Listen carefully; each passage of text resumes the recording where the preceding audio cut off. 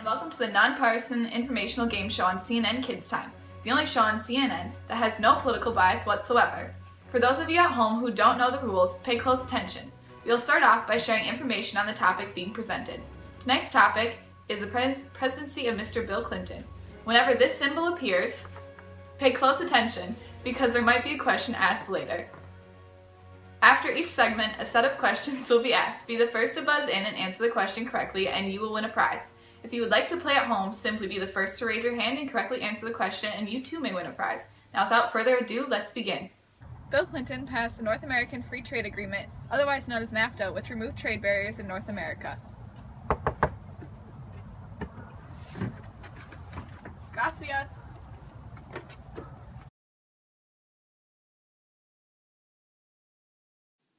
Although Clinton's universal health care coverage plan was shot down by Congress due to its many flaws and its opposition from the Republican Party and the healthcare industry, his actions for the state children's health insurance plan did go through, and it brought funding to cover uninsured children in low-income families through the states.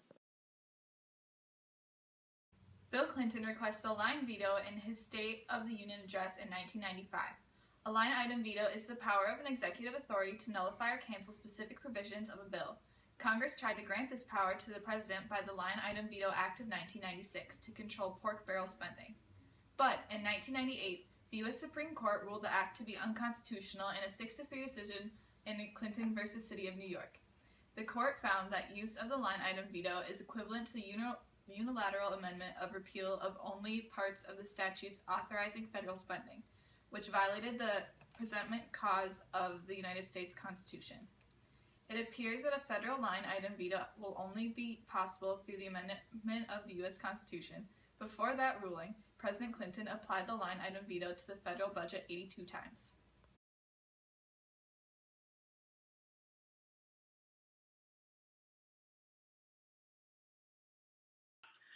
Please be yes. Please be a yes. I can do this. I got in! And because of Bill Clinton's federal direct loan program, which provides low-interest college loans and established the Amnicords program, I can actually pay for it. Yes. College, here I come. Maybe I can be the next Clinton. Who knows? During his campaign, Clinton also promised to end the exclusion of homosexuals from the military. Just days after President Clinton's election, federal court moved the topic onto the public agenda. Conservatives fought against this bill to the point where Clinton delayed the decision 6 months, which led to the Don't Ask, Don't Tell policy, meaning military services were no longer allowed to ask sexual orientation of service personnel. Although the result wasn't precisely what the president wanted, it still permitted gays and lesbians to join the military and fight for their country. Took action eventually with the Balkan conflict, which was in the 1990s, and there was genocide resulting from the Civil War conflict that they had, and Bosnians were killing Muslims, and Clinton was hesitant to act, but he finally saw fit, and he started a media campaign which showed the public daily images of the horrors of what was really going on in Bosnia. A Serbian attack prompted NATO to take action and Clinton to compose a response plan, and while all of that was happening, NATO took actions to end the conflict while Clinton presided over a committee that sought out the Dayton Peace Accords. Hey Monica, how much do I owe you for the dry cleaning bill on that blue dress? Well, Bill, when I got that dress dry cleaned, it was about $45. I'll write you a check. On December 19th, 1993, Bill Clinton was impeached for perjury and obstruction of justice regarding his sexual relationship with Monica Lewinsky from 1995 to 1997. On February 12th, 1999, he was acquitted with the charges after 21 days of trial. The Senate did not reach the 2/3 needed to fully impeach Bill Clinton. The relationship was tipped off by Linda Tripp, who was Monica's friend and co-worker, who recorded their conversations, including her confession Oh, Bill, I am so sorry for almost getting you impeached. Oh no, Monica, it wasn't your fault. You see, I was impeached for perjury and obstruction of justice.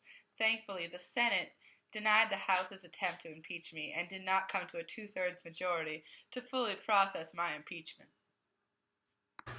The Somalia intervention began with H.W. Bush's term, when he sent troops there with the intent to help the humanitarian relief after their civil war and their struggles with famine. Ooh, I found some applesauce. Good.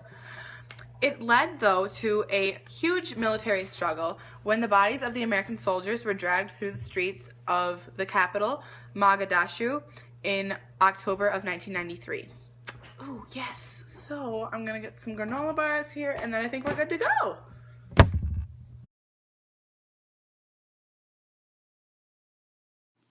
In 1993, President Clinton passed the Brady Law, which enforced background checks for handgun buyers and a ban on assault weapons.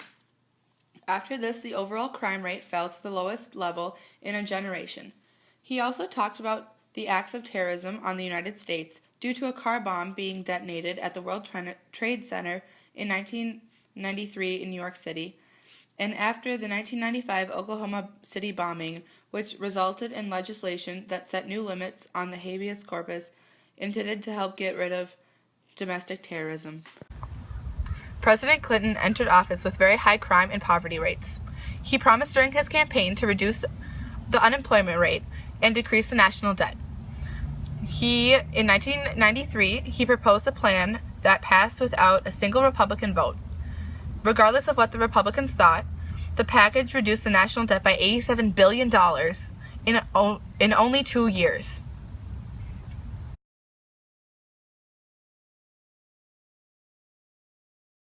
In 1993, President Clinton passed the Family and Medical Leave Act, which gave workers up to 12 weeks of unpaid leave for family or medical concerns. In 1996, Congress passed the sweeping reform bill to end welfare as we know it, like Clinton promised in his campaign in 1992.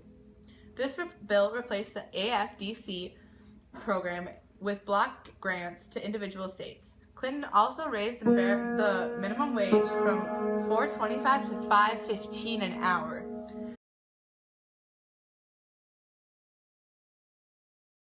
President Clinton appointed Janet Reno for Attorney General, as well as 3 other women to cabinet positions. He also put several other women and African Americans in other important posts. When Court Justice Byram White retired in 1993, Clinton named Ruth Bader Ginsburg as his replacement.